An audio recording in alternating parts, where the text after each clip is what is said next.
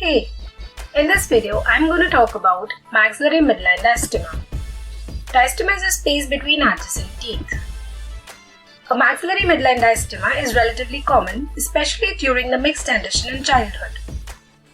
The unerupted permanent canines often lie superior and distal to the lateral incisor roots, which forces the lateral and central incisor roots towards the midline while their crowns diverge distally. In its extreme form, this condition of flared and spaced incisors is called the ugly duckling stage of development.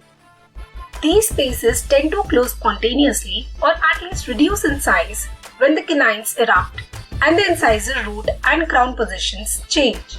Until the permanent canines erupt, it is difficult to be certain whether the diastema will close completely or only partially. Hence, treatment of midline diastema in this stage can be deferred till canine eruption.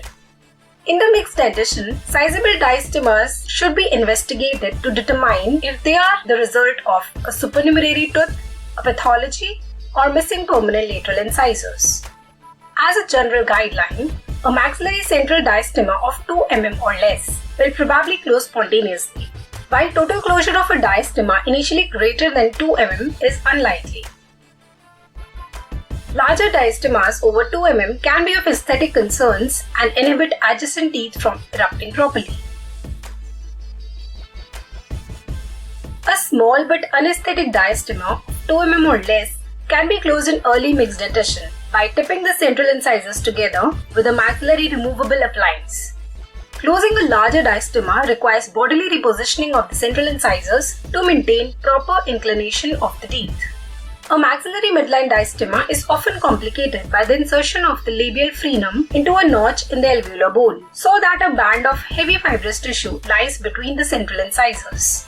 When this is the case, a stable correction of diastema almost always requires frenectomy to remove the interdental fibrous tissue and reposition the frenum.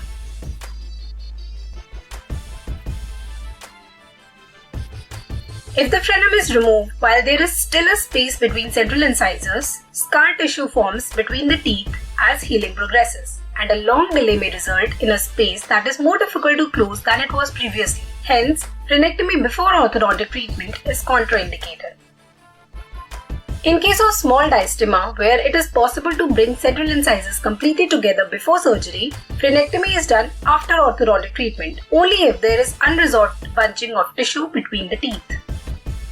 If the space is large and the frenal attachment is thick, it may not be possible to completely close the space before surgical intervention. The space should be closed at least partially, and the orthodontic movement to bring the teeth together should be resumed immediately after the frenectomy, so that the teeth are brought together quickly after the procedure.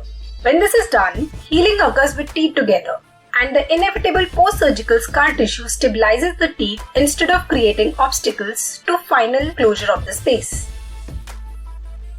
The retention problem in maxillary midline diastema closure is primarily due to failure of the gingival elastic fibers to cross the midline.